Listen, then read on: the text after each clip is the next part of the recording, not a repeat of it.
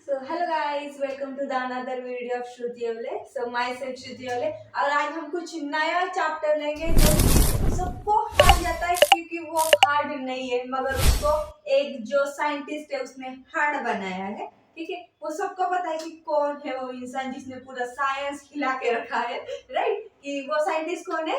Newton. Newton ने क्या किया था? ग्रेविटेशन फाइंड की थी, right? So gravitation is easiest chapter. आज मैं कह रही हूँ कि आपको इजीएस्ट चैप्टर है तो लिटरली वो होगा ना, राइट? सो वो इजीएस्ट चैप्टर है, ठीक है। तो आज हम क्या करेंगे, वो ग्रेविटेशन पढ़ेंगे, उसका आज हम पार्ट 1 लेंगे, ठीक है। जो कि कुछ बेसिक बेसिक कंसेप्ट है वो मैं आज आपको बता दूंगी, ठीक है। सो पहले चलो देखते हैं।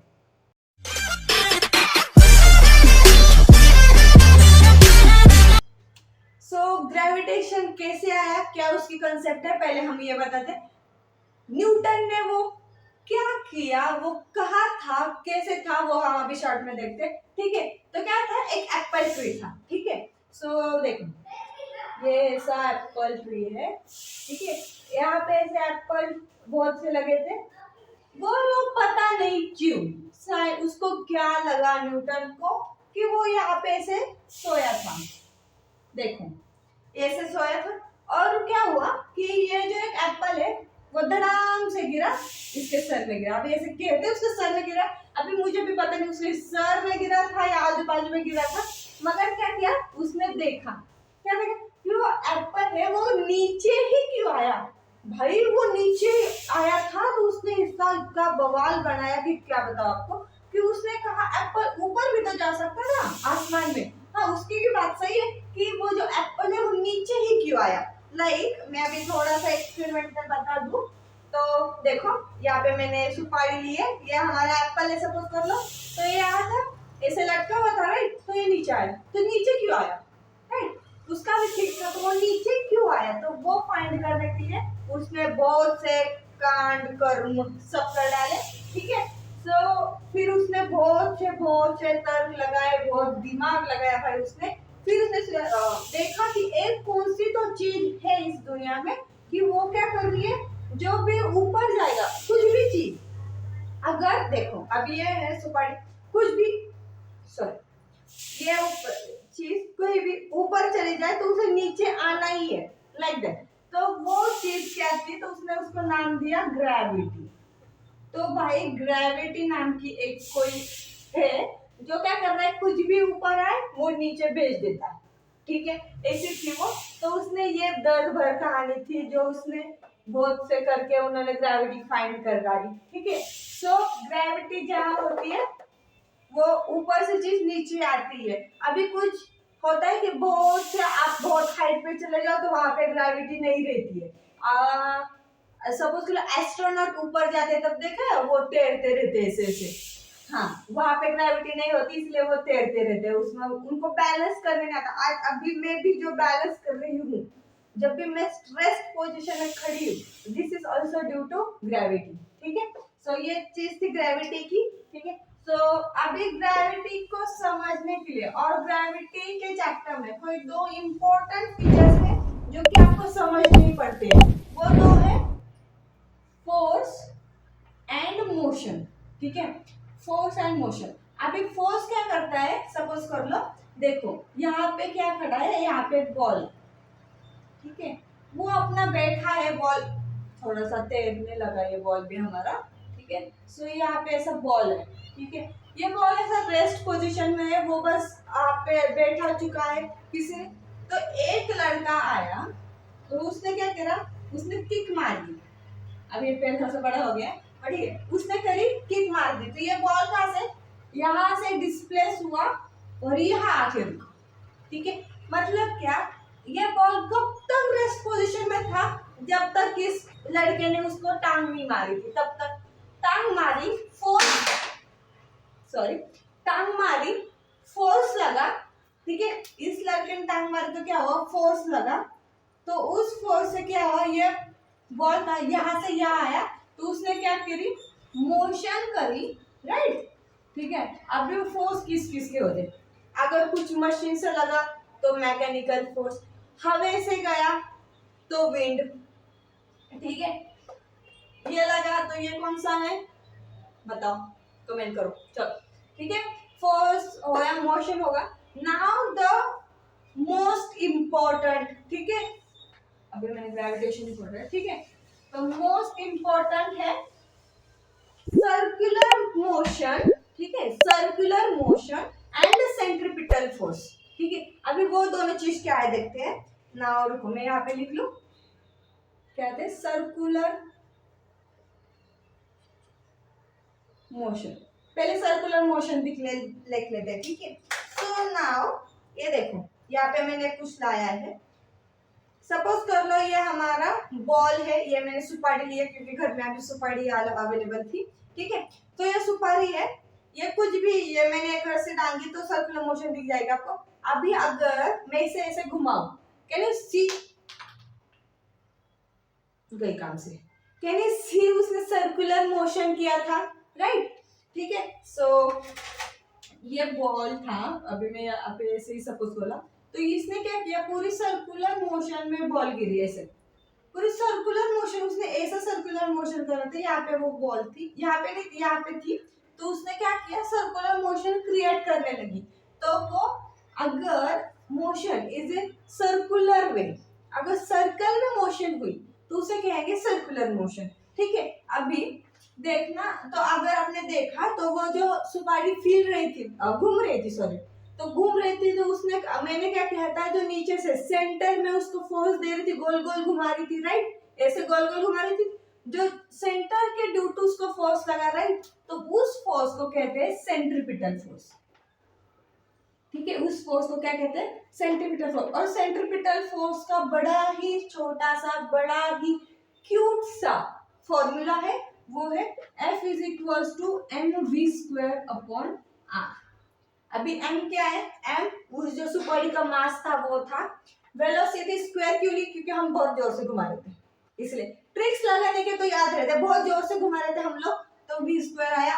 r अगर सर्कल में है तो उसकी रेडियस तो आनी चाहिए भाई, राइट, तो r, right. So this is the centripetal force, ठीक है। So guys, here we start the gravitation actually, ठीक है।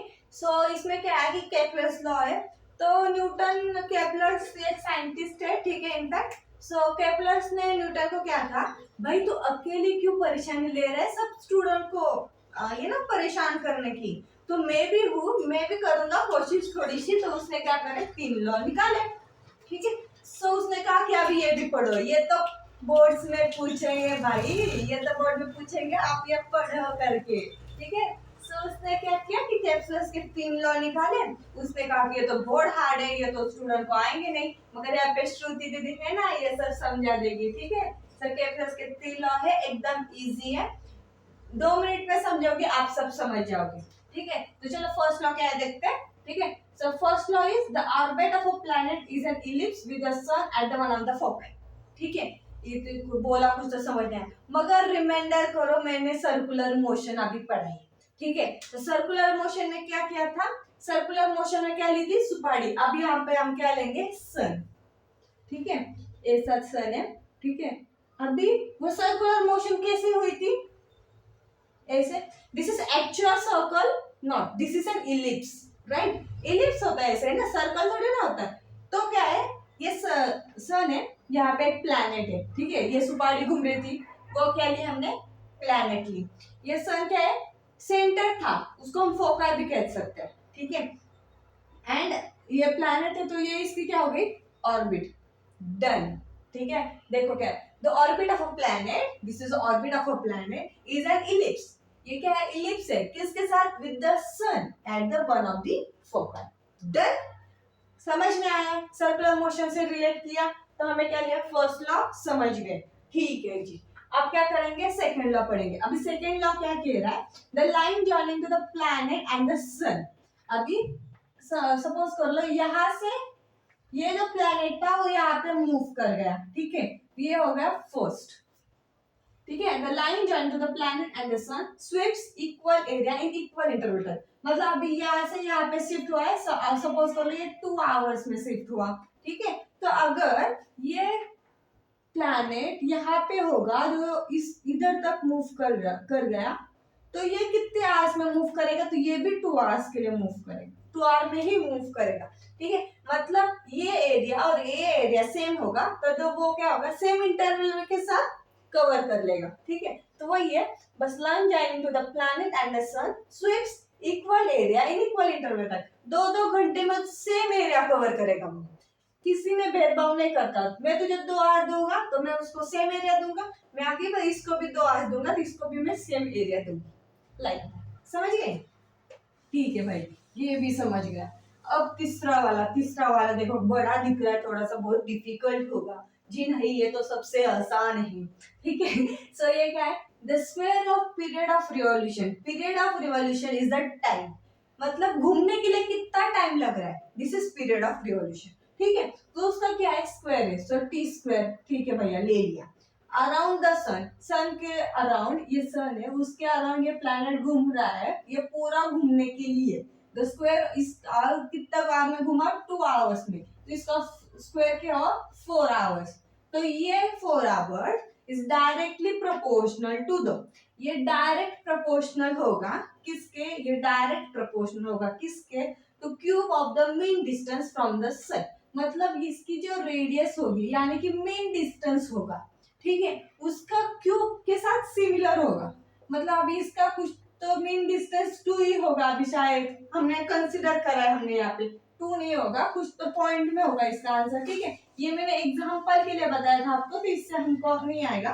ठीक है, सो ये होगा, तो क्या है, पीरियड ऑफ रिवॉल्यूशन का square, the square of period of revolution is directly proportional to the cube of mean distance, cube of mean distance from the of the planet from the sun.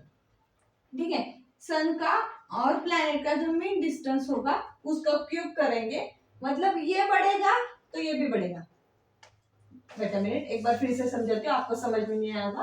ठीक है, तो इसका जो mathematical expression होगा वो क्या होगा, T square is directly proportional to R cube. Directly proportional होता है, अगर टी बढ़ेगा, टी स्क्वायर बढ़ेगा तो आर क्यूब भी बढ़ेगा, लाइक दैट। मतलब टी स्क्वायर की वैल्यू इंक्रीज हुई तो आर क्यूब की वैल्यू भी इंक्रीज होगी, टी स्क्वायर की वैल्यू डिक्रीज हुई तो आर क्यूब की वैल्यू भी डिक्रीज होगी, लाइक दैट। और एक होता है वो इनवर्स होता है, तो इनवर्स कैसे लिखते हैं, 1 में लिखते हैं, मतलब 1 में सपोज कर लो यहाँ पे आर स्क्वायर लिया, ठीक है, और ये टी स्क्वायर के प्रोपोर्शनल है। एक एग्जांपल है, ये किसी पर भी एप्लीकेबल नहीं है। ठीक है, तो ये मैं आपको किसका बना रही हूँ, इनवर्सली प्रोपोर्शनल का बता रही हूँ। ठीक है, तो अभी टी स्क्वायर अगर बढ़ा तो आर स्क्वायर क्या होगा, घटेगा, अगर टी स्क्वायर घटेगा तो आर स्क्वायर बढ़ेगा। ये इनवर्स है, ये आपको अभी नहीं है, बाद में है, तो मैं बाद में भी समझाऊंगी। ठीक है, तो आप डायरेक्टली प्रोपोर्शनल का ही ध्यान रखो। ठीक है, सो अभी ये क्या है, डायरेक्टली प्रोपोर्शनल का साइन हम निकाल सकते हैं by the taking one constant, constant लेंगे। So T square is equal to K, suppose कर लो, तो K is equal K into R cube. Done हो गए भाई, के प्लस लॉ खत्म, वेरी इजी, समझ में आए? ठीक है, चलो, अगर समझ में हो गया तो सब्सक्राइब कर देना यार। ठीक है, चलो। So guys, here is Newton's universal law of gravitation. ठीक है, तो न्यूटन ने क्या, फिर कैलकुलस ने दिमाग खाया, 3 लॉज दे दिया भाई उसने, तो न्यूटन ने वापस दिमाग चलाया, फिर उसने कहा तो मेरा तो यूनिवर्सल लॉ है ग्रेविटेशन का, पूरी दुनिया उसी पे चलेगी, पूरी दुनिया में कहीं पे भी एप्लीकेबल हो सकता है, ऐसा वो उसने फिर कुछ तो एक फॉर्मूला निकाला, उसका जो फिर फॉर्मूले का उसने कुछ एक थेरोटिकल स्टेटमेंट दे दिया। ठीक है, सो स्टेटमेंट देखेंगे, फिर स्टेटमेंट को देखते देखते हम क्या करेंगे, हमारा जो वो होगा, क्या कहते हैं, मैथमेटिकल टर्म होगी, वो फाइंड कर लेंगे।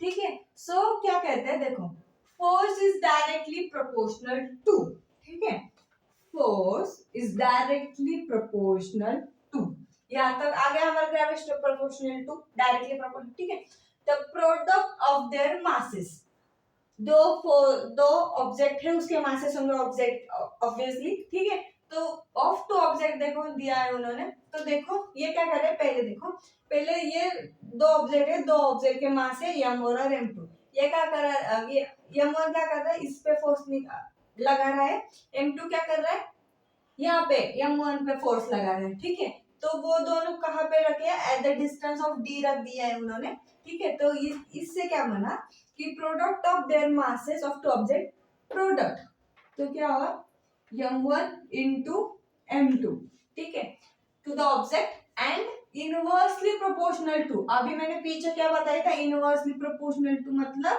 अपॉन, तो ऐसे कर सकते हो force is directly proportional to 1 upon, ये इनवर्सली हो गया, ठीक है। 1 अपॉन क्या बताया उन्होंने, square of distance between them, तो डिस्टेंस क्या है डी, डी का बनाया स्क्वायर। अभी देखो क्या कहते हैं, जो लेफ्ट साइड इक्वल है 4c है, तो हम उसको मर्ज कर सकते हैं फॉर्मूले, तो कैसे कर सकते हैं, f is directly proportional to m1 m2 and ये इनवर्सली प्रोपोर्शनल अपॉन में था तो डी स्क्वायर, ठीक है। ये बना उसका एक्चुअल फॉर्मूला जो था न्यूटन्स यूनिवर्सल लॉ, ठीक है।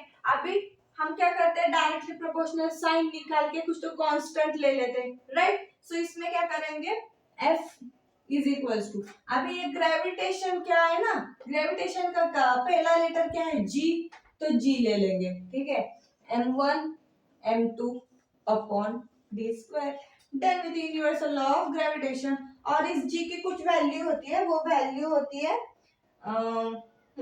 G की वैल्यू होती है 6.673 इंटू 10⁻⁻11, राइट, हाँ 10⁻⁹ और इसका देखो, अभी इसका जो क्या कहते हैं उसको,